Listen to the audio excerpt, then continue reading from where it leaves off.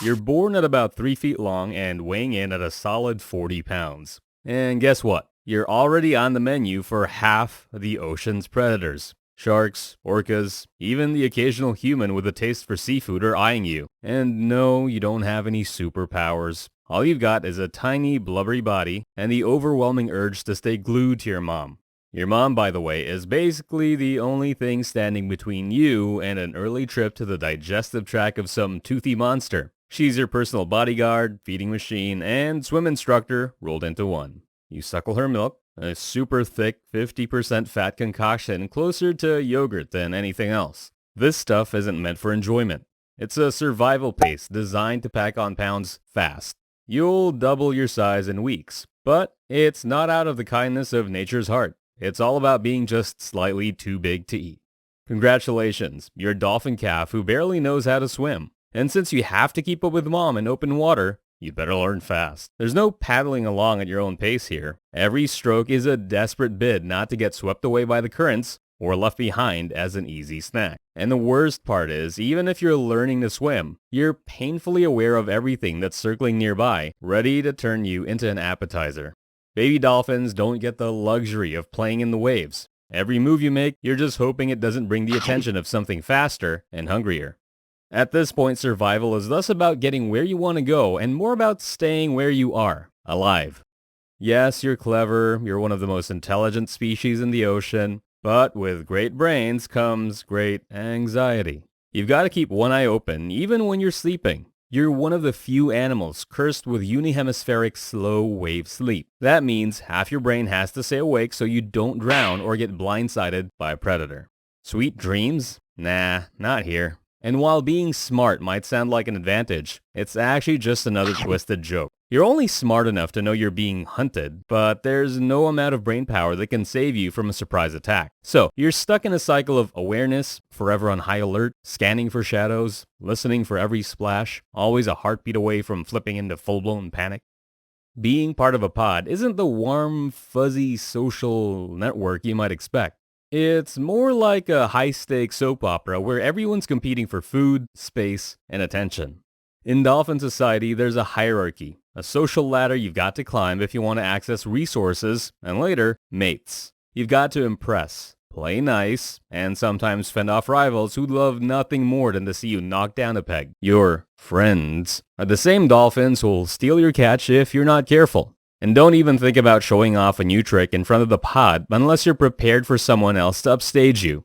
Every dolphin has their whistle, their signature call, but even that can be ignored if someone higher up the food chain decides you're not worth their time. In a pod, you're constantly proving yourself, pretending you're part of the team while knowing full well it's every dolphin for themselves. And no, you're not safe in a pod. You're in a vast open ocean and there's nowhere to hide. Sharks see you as a protein shake with fins, and orcas are the ocean's version of organized crime. If you stray too far from the pod, you're as good as gone.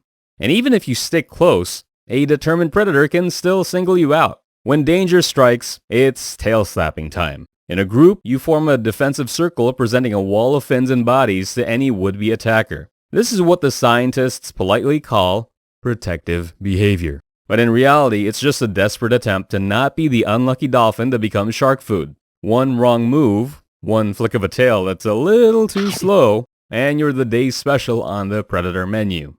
Being smart doesn't make catching fish any easier. Your main hunting tool is echolocation, a kind of biological sonar that lets you sense fish in murky waters. But here's the thing, you have to do this while swimming at top speed, in perfect coordination with other dolphins, all while making sure you don't waste energy. One mistake and the school of fish darts away, leaving you to try and pick off the stragglers.